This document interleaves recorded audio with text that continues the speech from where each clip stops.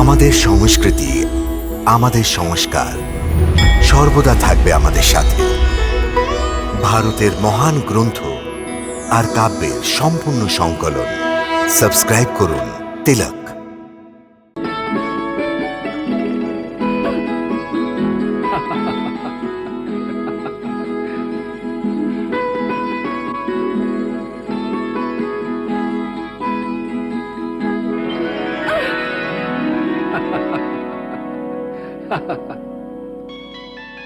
পুত্র, লেজের উপরে বসে উড়ে বেড়াবে?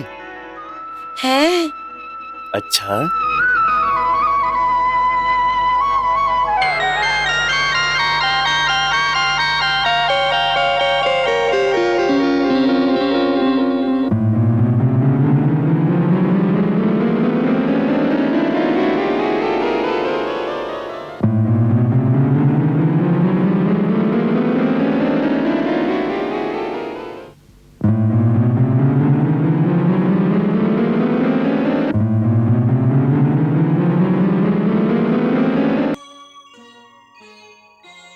বাহ হনুমানজি, বাহ বাহ।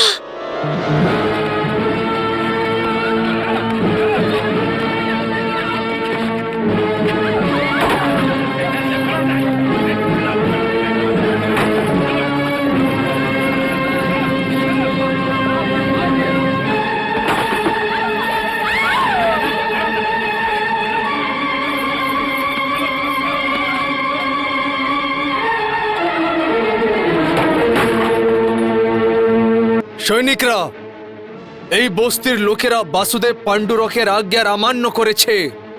এরা বাসুদেব পাণ্ডুরকের পুজো না করে অন্য দেবতার পুজো করছে। এদের এর জন্য শাস্তি অবশ্যই দেওয়া উচিত। যাও, প্রত্যেক গৃহেতে লুটপাট করো, যে বিরোধ করবে ওর বধ করে দাও। আর হ্যাঁ, সুন্দর এবং কোমল কোমল বালিকাদের বন্দি বানিয়ে নাও। যাও যাও।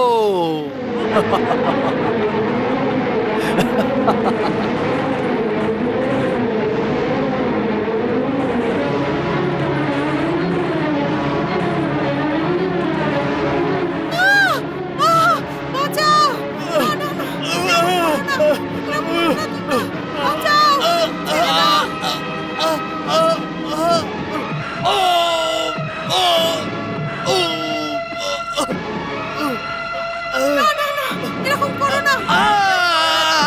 বাঁচাও, ছেড়ে দাও।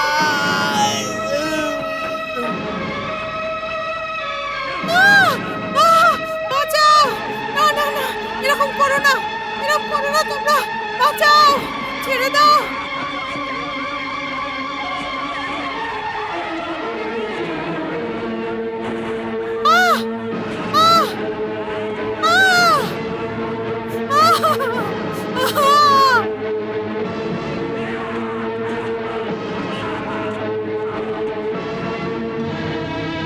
প্রভু, এটা কি হচ্ছে?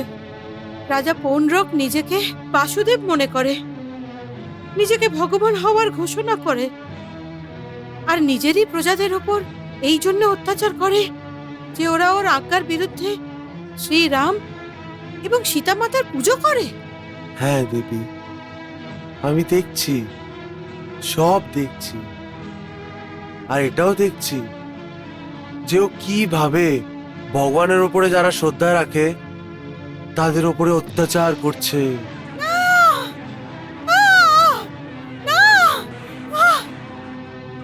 প্রভু, পুরুষেরা ওর এই অত্যাচারকে সহ্য করতে পারবে, কিন্তু এই দেখুন, দেখুন, পৌণ্ড্রক কোমলাঙ্গিনী সুন্দরী মহিলাদেরও ছাড়ছে না। দেখুন, এই দেখুন।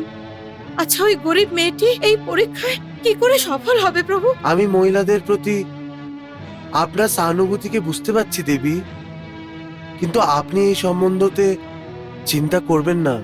আমি চিন্তা থেকে মুক্ত কি করে হব প্রভু? আর আমি চিন্তা কেন করব না? যখন কোনো রাজা কোনো স্ত্রীর সম্মান মর্যাদার শত্রু হয়ে যায়, তাহলে ভাববে যে ওর শেষ সময় এসে গেছে। আপনি তো এটা ভালো করেই জানেন যে রাবণ সীতার রূপে আপনার হরণ করে কিভাবে নিজের বিনাশকে নিমন্ত্রণ দিয়েছিল। কিন্তু ওই সময় তো আপনি তৎক্ষণাৎই আমার মর্যাদা রক্ষার জন্য রাবণের সঙ্গে যুদ্ধ করতে বেরিয়ে পড়েছিলেন। পৌণ্ড্রক নগরীর এই নির্বল স্ত্রীদের জন্য আমি খুব চিন্তিত। আর আপনি আপনি এখানে বসে সবকিছু দেখছেন।